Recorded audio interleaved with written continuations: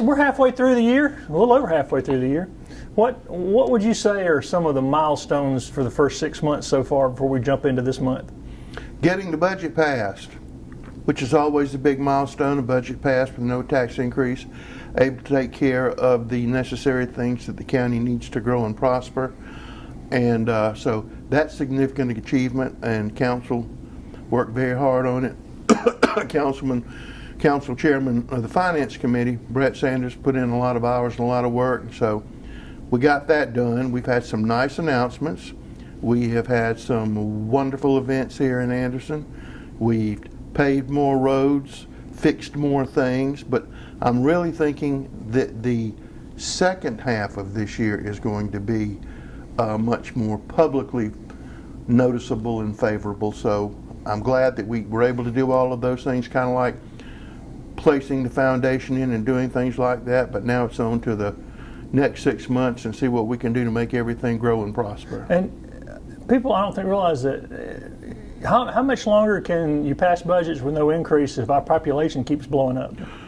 Well, so far, because of the growth that we've had, we were able to fund the Sheriff's Department the way it needs to be funded. But that's all based on growth. But, you know, services have to be services, and I think we still provide a number one, A1 level of service to the constituents, and we're going to do it as long as we can. Is the only thing I can say. That's council's mantra. We don't have a lot of wasteful spending. We don't do a lot of things for show. Well, you talk about events coming up. Got some big things. One, of course, the grand opening of Kid Venture's coming soon. Do we have a hard date on that yet? No, I can tell you that the pool pump house and everything should be through by tomorrow morning.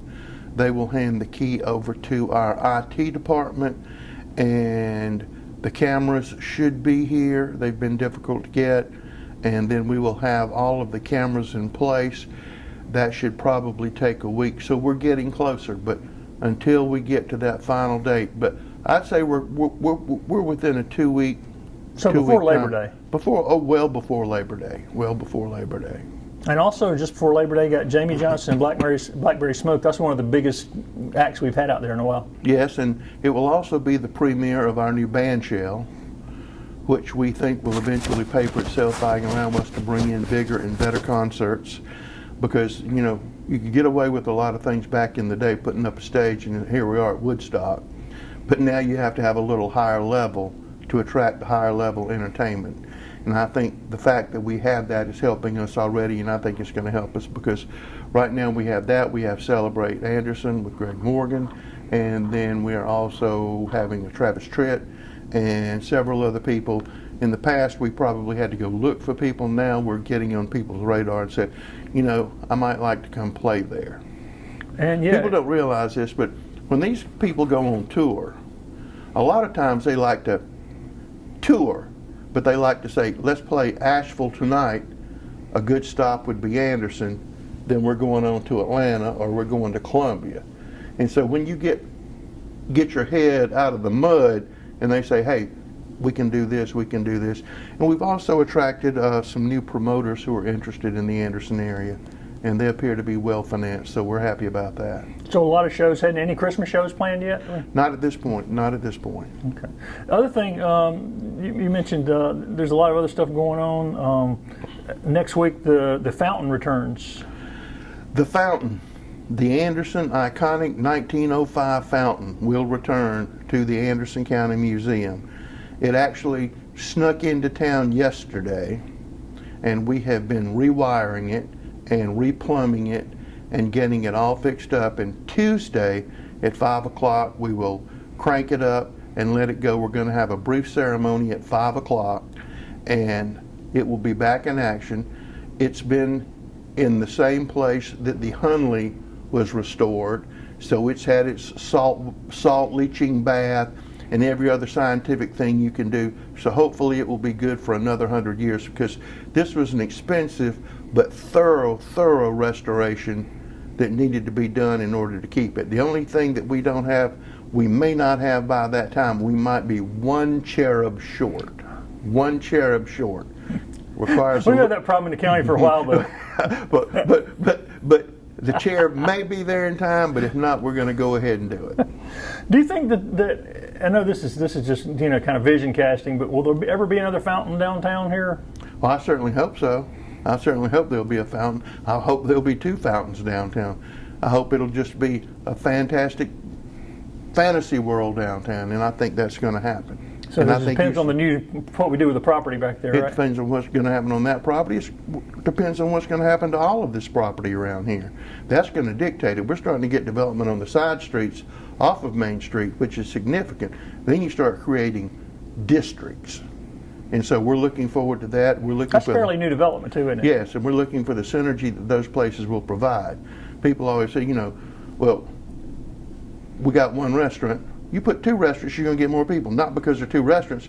You got more options. The more you do, you just got to have critical mass, and that's what's happening in Anderson. It's already happened in Pendleton. You can see it wide open in Williamson.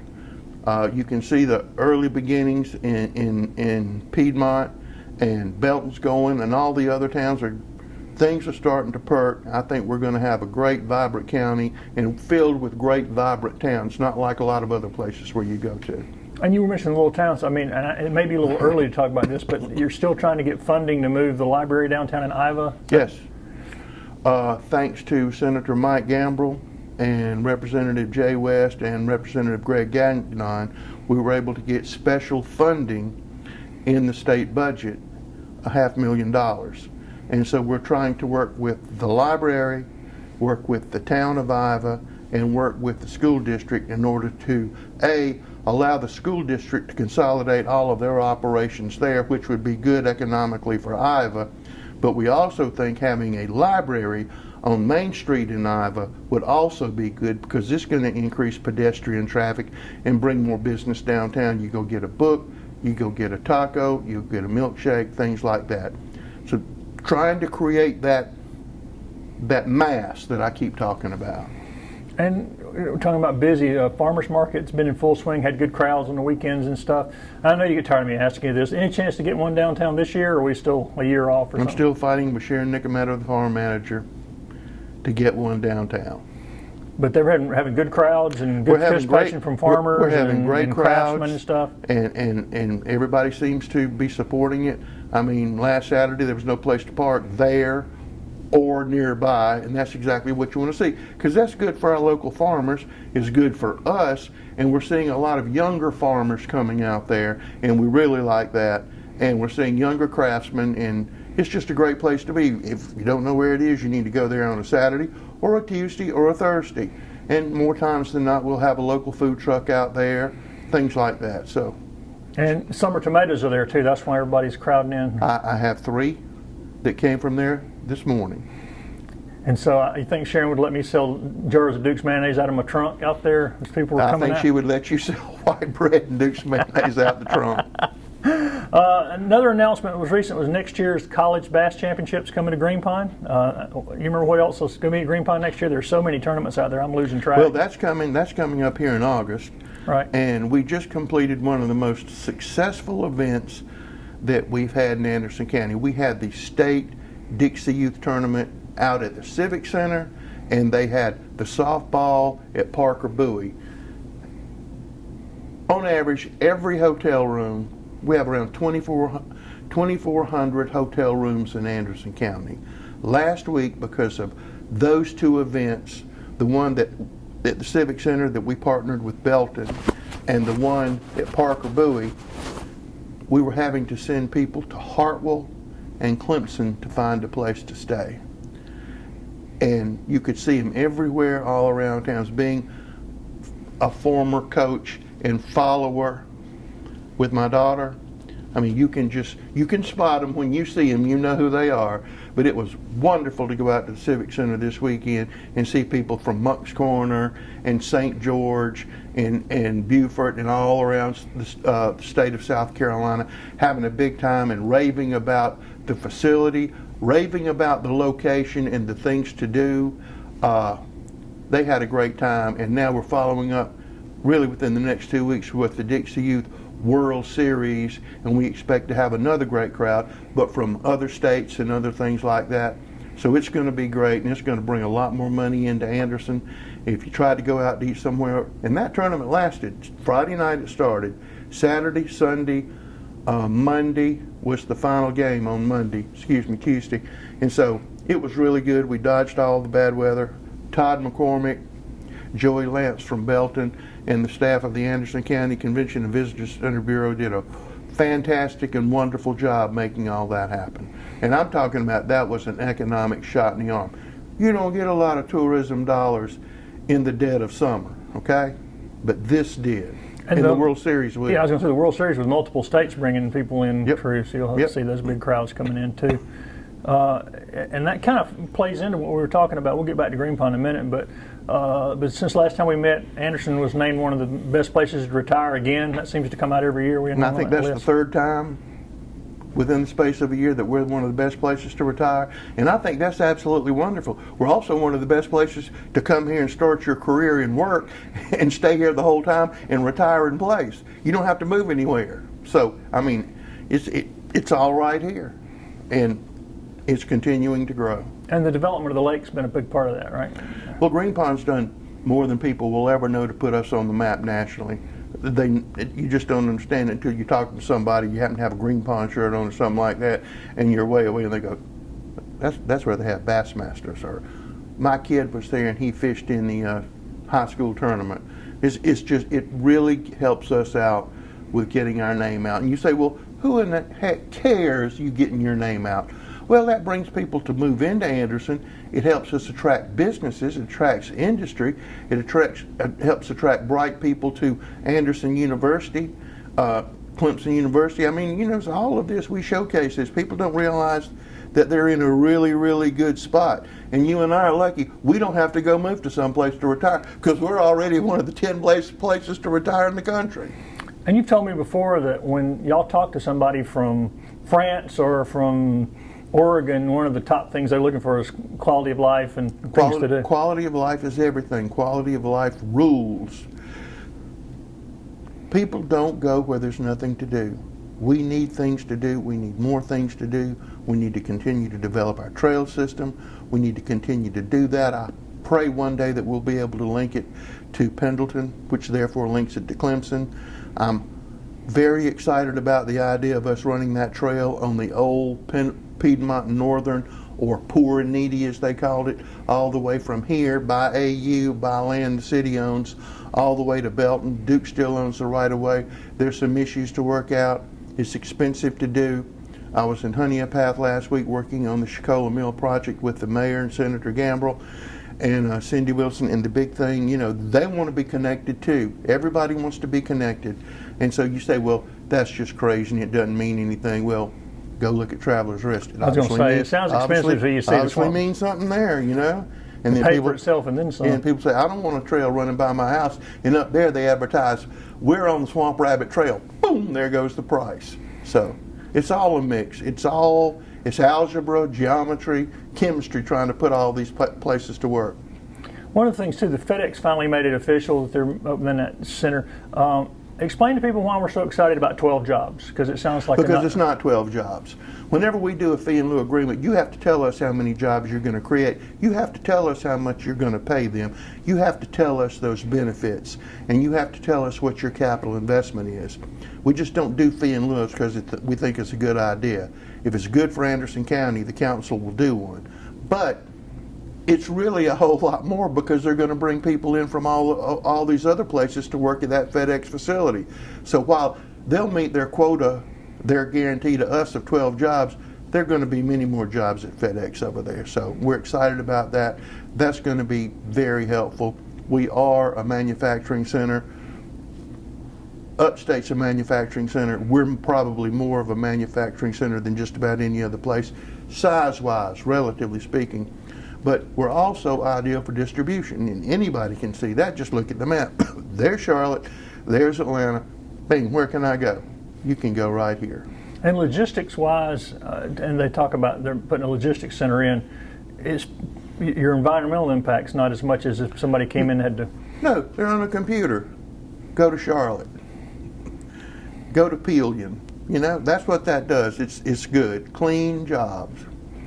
And part of that is having a good airport. And I know the airport, since last time we met, announced they got federal funds to get new hangars. They're going to save them until they have enough. And why do they need new hangars, and how will this help Anderson Because we have a Airport? waiting list for T hangars.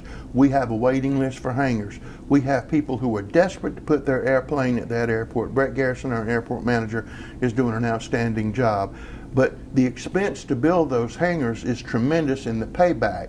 So because of this special money, it's going to allow us, and we can save it up, and then we can build them. But we also have an offer, a contract where you can go build your own hangar, and after 25 years it reverts to us, but it's a good deal for you because the lease rate's low, but we get a hangar out of it.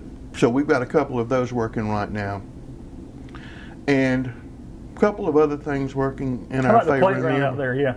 Playground, we have $150,000 collected. We need $350,000 to do it, and it will be ADA accessible. We're hoping that we can round up some more money. We know where some more money is, and we're still hunting to put that together.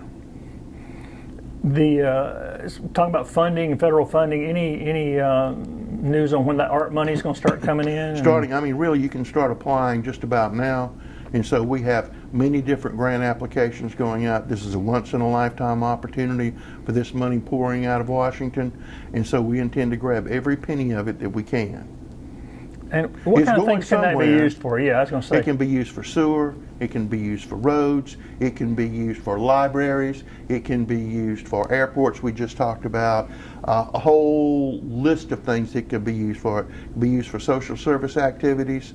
So whatever is out there that we have a need for, we're going to apply for.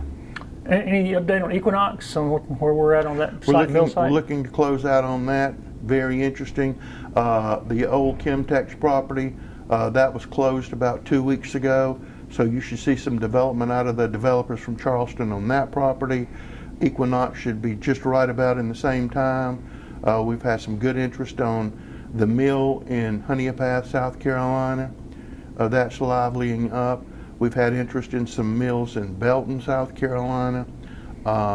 Everywhere there's a mill, there's interest, and we have a lot of developers that are looking for those properties, for the tax credits and things like that. So there's unique funding for those mill sites, it's right? unique. It's textile tax credits, abandoned property credits, and then there are also housing credits. You try to put those together, because some of those places you wouldn't touch with an 11-foot pole unless you had that incentive to do that. But some really neat plans, some mixed-use plans. I wish everything was done today. I'm anxious, I'm impatient, but I know it's coming and I see it happening. What about, you've seen emergency preparedness now has 2 new programs. One is for special needs. Yeah, very, very proud of our emergency services division. Shaggy, Joshua Hawkins has done a great job. And now if you have special needs, we can note that, and it really helps locate people faster. Always trying to stay on the cutting edge of what we can do to help the citizens. But I congratulate Director Hawkins and all of those people for running with that. Also, our EMS system is continuing to perform wonderfully well. I think you can see a big difference, and I think the quality of care is really good, and we still don't have any problem finding paramedics, and everybody else does. So I'm happy about that. And I know Josh Hawkins had talked about taking it further and working with Scott Stoller and Wes Pelzer about the autistic program he's got going as a model program. Absolutely. And the Pendleton Police Department's been through mental health training, and there really is a sensitivity to this. And also the emergency preparedness is doing the new alert system. The old one had kind of petered out a little bit. This one, yeah, but this one's crackerjack. And if you aren't signed up for it, you need to get on it. and there'll be a limited number of radios for people who don't have other forms to be alerted to. Yes. For that one. Any other talks with groups about the elephant pen before? I mean, where's the grass coming? How is we looking on that? That'll be through by August.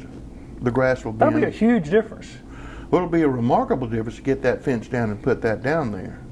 But just as we're getting this done, we're getting more interest from developers. But that's all right. It all works out. Right. It all works out. So there are some more people coming into the. Yeah, people are very interested. I mean, there's so many jobs here. There's so many opportunities. So many people moving here. I mean, some of the things our companies are doing would just make you go crazy. We're also working with Duke Energy to put, charging stations at the library in Belton. We're working on that, trying to put one out at our TTI, the old TTI 1428. Hopefully in 2 or 3 weeks, our brand new state-of-the-art shop will be open.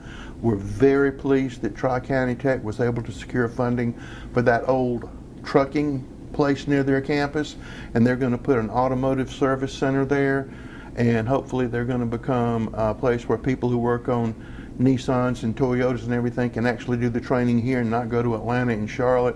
We're already talking with Tri-County Tech about apprenticeships with our fleet management group, so we can actually get some of the students, put them to work on county vehicles under supervision of our mechanics, and it's going to be a great symbiotic relationship between the two. So that's going to help them, and it's going to help us. And it's also going to be another asset in Anderson County.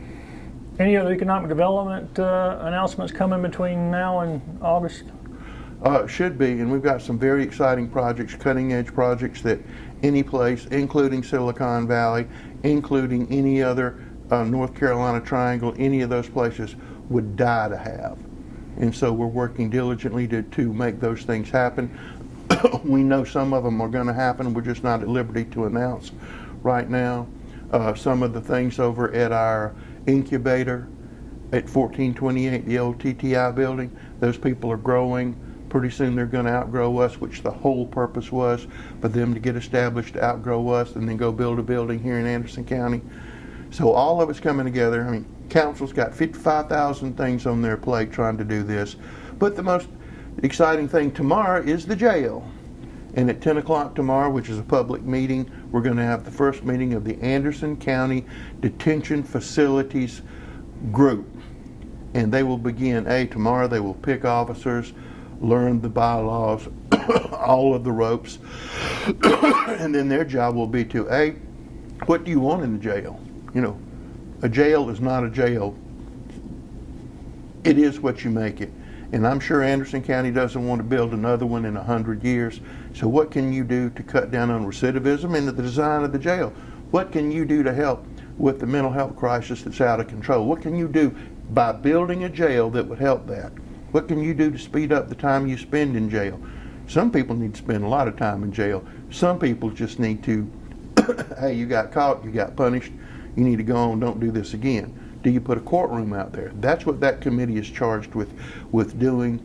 And the financing for that is going to come. We've paid off debt. And so the jail will not cause a tax increase, and it's cost. It took some time to get there by paying that debt off to allow us to do this. And you're looking at $60 to $65 million to build this jail. But when it's built, it will be there, and people that work there, the detention officers who we worry about every day, are going to have a safer place to work.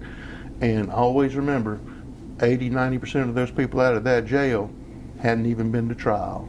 They're just sitting there waiting to go to trial. So how fast can it be built? If it's built in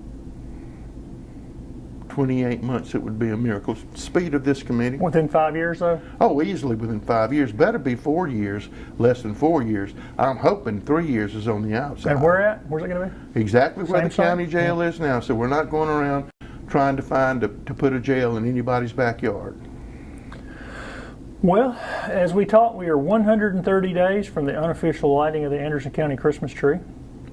And you still haven't given me a figure on how much it's going to grow this year. Do you have an estimate? I don't know because of atmospheric conditions how it is, but we've had a lot of rain lately, so that should help it grow just a little bit more. New ornaments, new lights, anything else new? Oh, we always have to, after 4 or 5 years, you have to spruce up the lights.